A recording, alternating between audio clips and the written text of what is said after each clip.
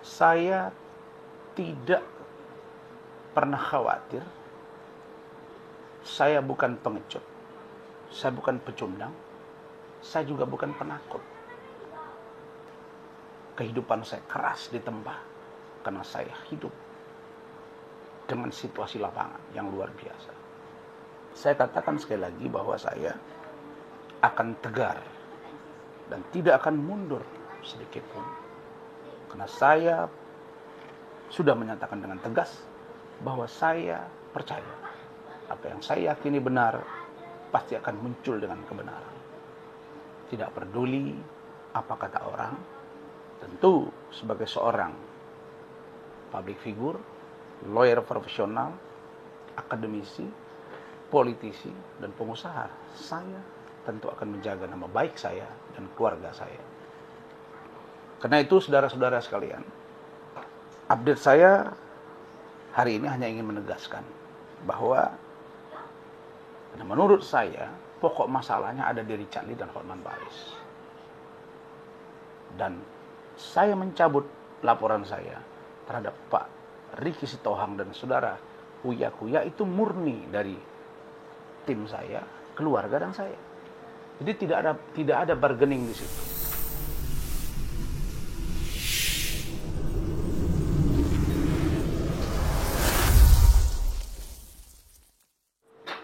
Assalamualaikum warahmatullahi wabarakatuh. Alhamdulillah, pada hari ini, hari libur, tepat pada hari Minggu, tanggal 7 Juli 2022, saya Dr. Ran akan kembali menyapa para Ran lovers, para pemirsa, mitra-mitra, klien-klien dari Dr. Ran yang ada di seluruh Indonesia dan para pemerhati perkembangan dari Dr. Ran di tanah air dan mancanegara. Saudara-saudara, pada kesempatan ini saya kembali menegaskan bahwa terkait dengan hal-hal yang tidak urgent dalam tanda kutip, yang bukan menjadi substansi masalah yang saya tengah tangani dan hadapi, sesungguhnya adalah saudara Dr. Richard Lee yang menyandang 2 status tersangka dan sudah diserahkan berkas perbaikannya kembali oleh penyidik Polda Metro Jaya. Dan kali ini Pak Kejati harus benar-benar serius, karena saya akan datang menemui Bapak dan juga Bapak Jaksa Agung langsung. Saya akan datang ketemu juga dengan orang-orang di Istana Negara, karena ini sudah saya lihat ada dugaan yang tidak beres sehingga kasus ini begitu lama. Yang kedua, terkait dengan saudara Hotman Paris Hutapea. Karena dugaan saya ternyata sekarang terbukti bahwa Richard Lee memang berkolaborasi dengan saudara Hotman dan bahkan klinik hand diserahkan. Dan patut juga kita duga bahwa keributan-keributan mereka selama ini kita duga itu hanya kepalsuan belaka. Tapi masyarakat pasti akan menilai. Karena itu, di luar hal yang saya sebutkan tadi, saya tidak penting untuk mengupdate-update-nya. Kalau Richard Lee memang ada persoalan hukum dan sedang saya gugat, dan Hotman Paris memang sedang dilaporkan oleh saudara Binto Mawi Sumurung, Direktur Sarjana Hukum, dan juga sedang digugat perusahaan yang terkait dengan Holywing dan atau Atlas oleh Bapak Andar Sitomorang. Karena itu saya katakan sekali lagi bahwa saya akan tegar dan tidak akan mundur sedikit pun. Karena saya sudah menyatakan dengan tegas bahwa saya percaya apa yang saya yakini benar pasti akan muncul dengan kebenaran. Tidak peduli apa kata orang, karena saya tahu apa yang saya rasakan, apa yang saya alami, apa yang saya saksikan, dan seperti apa ke depannya, apa yang harus saya lakukan. Tentu sebagai seorang public figure, lawyer profesional, akademisi, politisi, dan pengusaha, saya tentu akan menjaga nama baik saya dan keluarga saya. Karena itu, saudara-saudara sekalian, update saya hari ini hanya ingin menegaskan bahwa saya tidak pernah khawatir. Saya bukan pengecut, saya bukan pecundang, saya juga bukan penakut. Sehingga saudara Hotman begitu menggebu-gebu memberitahu bahwa Rasman dipanggil 3 minggu yang lalu buat surat penundaan. Nah, hari Senin akan datang. Tunggui, tidak perlu saudara Hotman suruh orang. Saya tidak masalah. Karena apa? Karena saya tahu laporan polisi terhadap saya pasti akan saya jawab secara fakta yang nyata. Dan saya tidak kecup dengan itu. Dan tidak akan bergeser. Maka kalau sahabat saya, Bung Riza Fahrumi Tahir mengatakan, memang Rasman ini pejuang sejak dari Mandarin Natal, orang semua sudah tahu. Kehidupan saya keras ditempa karena saya hidup dengan situasi lapangan yang luar biasa. Karena itu, saya menyatakan bahwa tidak masalah. Kalau saya dipanggil, saya akan datang. Media tahu, come on. Saya akan jawab sesuai dengan substansinya saja. Jadi saya mohon maaf kepada banyak media, baik online, televisi, cetak, majalah, tabloid, dan lain-lain, yang minta saya berkomentar 2 hari terakhir ini. Saya tidak komentar lagi. Dan menurut saya, pokok masalahnya ada di Richard Lee dan Hotman Paris.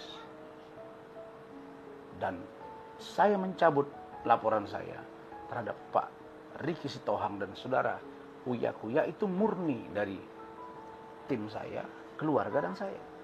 Jadi tidak ada bargaining di situ.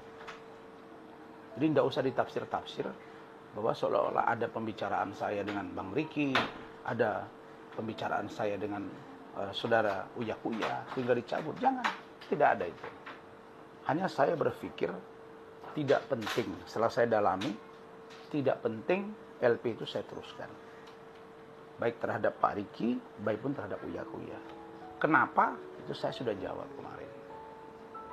Yang kedua, terhadap Dennis, Farhad, Evi, Samsul, dan Richard, itu tetap jalan. Kenapa? Karena saya melihat bahwa hal ini sudah terlalu mengumbar opini publik yang tidak sehat bagi saya dan keluarga saya. Karena itu, saya pun secara fair ingin menyampaikan bahwa saudara Dennis sudah dipanggil. Dan saya sudah dapat informasi, Dennis menjawab akan datang. Saudara Samsul Caniago juga sudah menjawab juga, minta waktu untuk datang pada satu waktu yang sudah ditentukan. Tidak ada masalah. Ini hanya pertanyaan saja kepada penyidik, kepada orang yang berkompeten untuk kita tahu. Tapi apakah Dennis harus saya info ke media, datangi kalian? Tidak perlu. Media datangi, tongkrongi, nggak perlu. Dan saya silakan. Karena saya sebagai kuasa hukum yang banyak nangani kasus, ya media juga tahu saya dampingi. Tetapi yang heran saya, kok kau Hotman pengecut? Kau diperiksa, saya tahu kau diperiksa kapan, tapi saya nggak perlu info ke media. Saya hanya ucapkan terima kasih Pak Kapolda, penyidik, bahwa Anda sudah diperiksa. Dan itu FBI dan lainnya sudah mantau, Bang Andar dan lain-lain. Saya sampaikan, saudara selalu bilang Rasman segini. Saya sudah datang ke Kopi Joni, kau tidak ada. Padahal sudah saya beritahu 1 hari sebelumnya.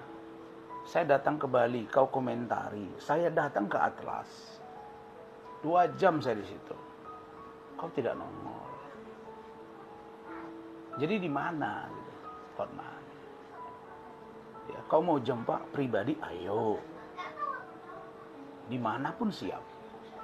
Jadi untuk Hotman, untuk Richard, siap saya. Untuk Dennis itu urusan hukum. Maksudnya, untuk Richard dan Hotman, enggak hukum pun dimain, ayo gitu. Mau di ring, ayo. Mau cara apapun, enggak ada masalah. Saya hadapi kalian. Kalau Dennis tidak perlu saya layani, dan datanya terlalu banyak. Jadi, teman-teman semua, saya tidak lagi berkomentar urusan yang kaitan dengan A, B, C. Hanya saya fokus ke sini.